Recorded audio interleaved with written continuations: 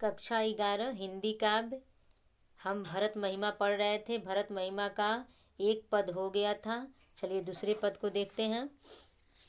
पहले दोहे को देखें, उसके बाद चौपाई को। ते ही बासर बसी प्रातः ही चले सुमिरी रघुनाथ, राम दरस की लालसा भरत सरीस सब साथ। चौपाई को देखा जाए। मंगल सगुन हो ही सब काहू, फर कहीं सुखद बिलोचन बाहू, भरत ही सहित समाज उछाहू,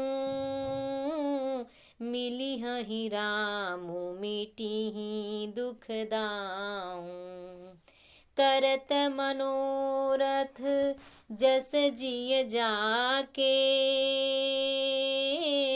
जाहि सनेह सुरा सब छाके, शिथिल अंग पग मग डगि डोलहि, विह्वल वचन प्रेम बस बोलहि, राम सखा तेहि समय दिखावा, शैल शिरोमणि सहज सुहावा, जासु समीप सहित पय तीरा, सिय समेत बसहि दो बीरा, देखी करहि सब दंड प्रणामा, कही जय जानिक जीवन रामा, प्रेम मगन यस राज समाजू, जनु फिर अवध चले रघुराजू। चलिए अब प्रसंग को देखेंगे, फिर कठिन शब्दों का अर्थ, उसके बाद व्याख्या। बस का अर्थ होता है ठहर कर। सुमीरी, सुमीर का अर्थ होता है स्मरण करना। विलोचन का अर्थ होता है नेत्र। उछाह का अर्थ होता है उत्साह, उमंग। छाके का अर्थ होता है छके हुए। विह्वल का अर्थ होता है व्याकुल या बेचैन। राम सखा यानी कि राम के मित्र अर्थात केवट। शैल शिरोमणि यानी पर्वतों में सर्वश्रेष्ठ। कामद गिर पर्वत। शैल शिरोमणि कामद गिर पर्वत को कहा गया है, पर्वतों में सबसे श्रेष्ठ है वो पर्वत। ठीक है, अब तो कोई कठिन शब्दों का अर्थ रह गया है, जो भी कठिन था बता दिए। अब प्रसंग में आप लिख दीजिएगा कि प्रस्तुत पंक्तियों में भरत सहित अयोध्या वासियों में राम के दर्शन की उत्सुकता, श्रद्धा और भक्ति का सुंदर निदर्शन कराया गया है। ठीक है, रात्रि विश्राम करने के बाद ज्यों ही सब लोग आगे बढ़ते हैं त्यों ही सबको मंगल सगुन होने लगते हैं। थोड़ा चलकर केवट दूर से ही कामदगिरी पर्वत को दिखाते हैं, जिस पर सीता लक्ष्मण सहित श्री राम निवास करते हैं। श्रद्धा से सभी लोग उस कामादगिरी को दंडवत यानी प्रणाम करते हैं। इसी का मनोरम वर्णन यहाँ पर किया गया है।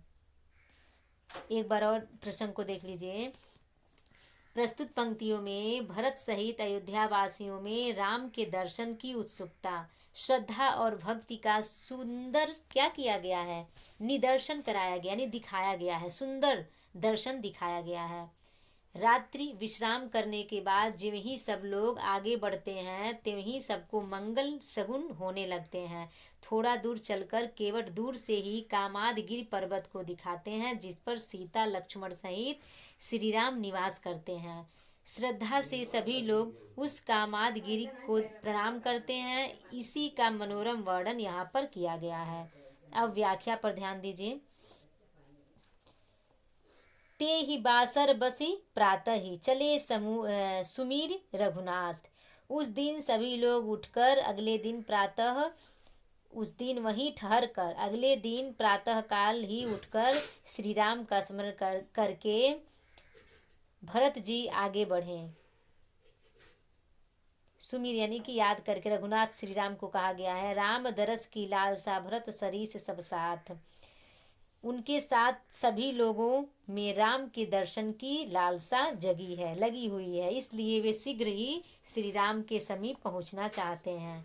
इस दोहे का अर्थ हो गया। एक बार और इस दोहे का अर्थ देख लीजिए।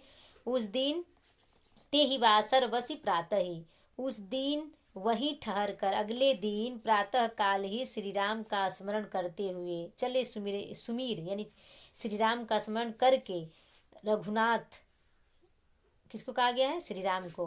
भरत आगे बढ़े, उनके साथ सभी लोगों में राम के दर्शन की उत्कंठा अर्थात लालसा लगी है, इसलिए वे शीघ्र ही श्री राम के समीप जाना चाहते हैं, पहुंचना चाहते हैं। अब चलिए चौपाई का अर्थ देखा जाए। मंगल सगुन हो ही सब काहूँ, सब लोगों को मंगल सगुन होने लगे, यानी सब लोगों के साथ कुछ न कुछ शुभ होने लगा। फरक ही सुखद विलोचन बाहू, पुरुषों के दाएं नेत्र और भुजाएं तथा स्त्रियों के बाएं नेत्र और भुजाएं फड़कने लगे। माना जाता है कि पुरुषों का जब दायां नेत्र फड़कता है तो कुछ अच्छा होता है, और स्त्रियों का बायां अंग, पुरुषों का दायां अंग और स्त्रियों का बाएं अंग जब भी फड़कते हैं तो कुछ न कुछ अच्छा होता है, यानी कि शुभकारी होता है। यहाँ फिर आगे बताया गया कि जो शीघ्र ही उनके प्रिय राम के दर्शन होने की ओर संकेत कर रहे हैं, अर्थात पुरुष और स्त्रियां जो भी हैं जिनके अंग फड़क रहे हैं वो सब लोग यही सोच रहे हैं कि अंग फड़कने का तात्पर्य भगवान अर्थात श्री राम का दर्शन अवश्य होगा, उसी का संकेत ये सब शारीरिक जो लक्षण है वो कर रहे हैं। फिर आगे कहा गया है भरत ही सहित समाज उछाहूँ, मिलही राम मिटही दुख दाहूँ। भरत सहित संपूर्ण समाज में अपूर्व उत्साह, यानी कि जिसकी कोई सीमा ही नहीं, इतना ज़्यादा वो खुश हैं। कौन?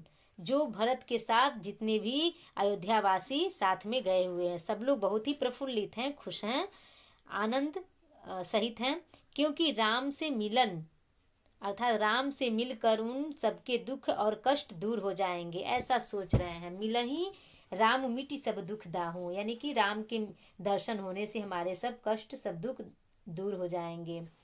फिर आगे कहा गया है करत मनोरथ सब जिय जाके, जाहि स्नेह सुरा सब छाके।